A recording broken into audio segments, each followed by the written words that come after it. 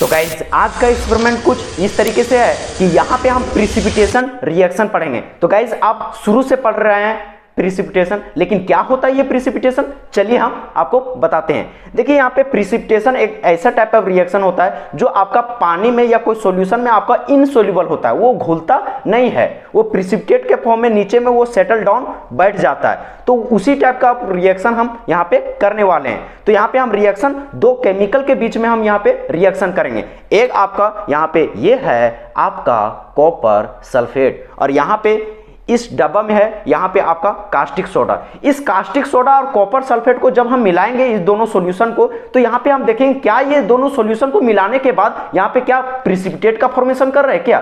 तो चलिए हम यहाँ पे स्टार्ट करते हैं। तो सबसे पहले क्या करेंगे कि यहाँ पे हम देखिए, यहाँ पे हम कास्टिक सोडा को हम यहाँ पे डाल दे रहे हैं, यहाँ पे डाल दिए। अब यहाँ पे इतना काफी है। उसके बाद फिर क्या करेंगे, इसको हम हल्का सा घोल देंगे, इस सॉल्यूशन को पूरी तरीके से डिसॉल्व होने देंगे। और उसके बाद ये तब तक ये घुल रहा है, उसके बाद फिर क्या करेंगे, इसमें हम हल्का सा पानी डालते हैं।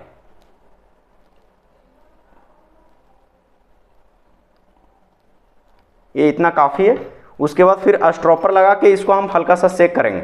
यहाँ पे देखिए, यहाँ पे हम सेक कर रहे हैं। अब सेक करने के बाद देखिए यहाँ पे हल्का हल्का सॉल्यूशन ये आपका जो है पूरी तरीके से यहाँ घुला नहीं। तो ये जब पूरी तरीके से ये घुला नहीं तो इसको क्या करेंगे, इसको करेंगे क्या कि इस टेस्ट ट्यूब होल्डर से हल्का सा यहाँ पे फ्लेम से यहाँ पे हम हीट करेंगे। देखिए हीट करने पर क्या होता है, अगर आपका कोई भी सॉल्यूशन अगर आप बनाते हैं, कोई सॉल्यूशन ये जैसे कि मान लेते कॉपर सल्फेट और पानी डाल दिए और ये आपका सेक करने के बाद ये घुला नहीं, तो अगर जब नहीं घुलता है तो इसको क्या करना है कि हल्का सा आप गर्म कर दीजिए। तो इससे क्या होगा कि सॉल्यूशन जो है ये घुल जाएगा, डिसॉल्विंग पावर इसका ज़्यादा हो जाएगा, घुलने का पावर इसका ज़्यादा हो जाएगा। तो वही हम हल्का सा गर्म करते हैं इसको। ये आपका कॉपर सल्फेट सॉल्यूशन को हम हल्का सा गर्म कर रहे हैं, ठीक है, इसलिए गर्म कर रहे हैं ताकि ये सॉल्यूशन पूरी तरीके से डिसॉल्व हो जाए इसमें, मतलब कॉपर सल्फेट इसमें पूरी तरीके से डिसॉल्व हो जाए। पूरी तरीके से ये घुल गया, इसमें जो कॉपर सल्फेट था ये पूरी तरीके से पानी में घुल गया। अब यहाँ पे बर्नर को ऑफ करते हैं और उसके बाद फिर हम इसको हम डालते हैं। अब ये देखिए यहाँ पे आपको दिख रहा होगा ये पूरी तरीके से यहाँ पे ये घुल गया। अब क्या करेंगे, अब देखिएगा यहाँ पे रिएक्शन। अब इसको क्या करेंगे, ड्रॉपर लेंगे, ड्रॉपर से इसको हम डालेंगे। ड्रॉपर से हम ले लिए यहाँ पे सोडियम हाइड्रोक्साइड का सॉल्यूशन ले लिए इस ड्रॉपर में। उसके बाद आप यहाँ पे देखिएगा ध्यान से, इसके पीछे का रीजन भी बताएंगे। ये आपको दिख रहा होगा, ये आपको देखिए, ये आपको आसानी से दिख रहा होगा। ये यहाँ पे प्रिसिपिटेट का फॉर्मेशन कर लिया, ये आपको दिखाई दे रहा होगा कि यहाँ पे प्रिसिपिटेट का फॉर्मेशन कर लिया। होता ये है कि यहाँ पे कास्टिक सोडा का सॉल्यूशन था, तो कास्टिक सोडा का फॉर्मूला होता है NaOH, और यहाँ पे कॉपर सल्फेट में पानी डाल दिए तो कॉपर सल्फेट का फॉर्मूला होता है CuSO4।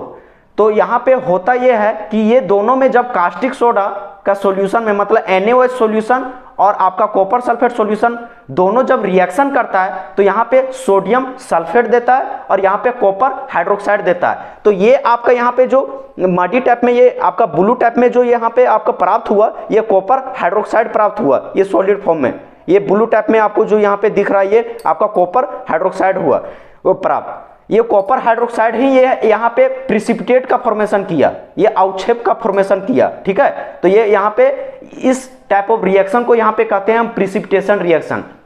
तो अगर आपको कोई पूछे कि give one example of precipitation reaction, then you will tell that कि when copper sulphate react with sodium hydroxide solution then form sodium sulphate and copper hydroxide is precipitate form.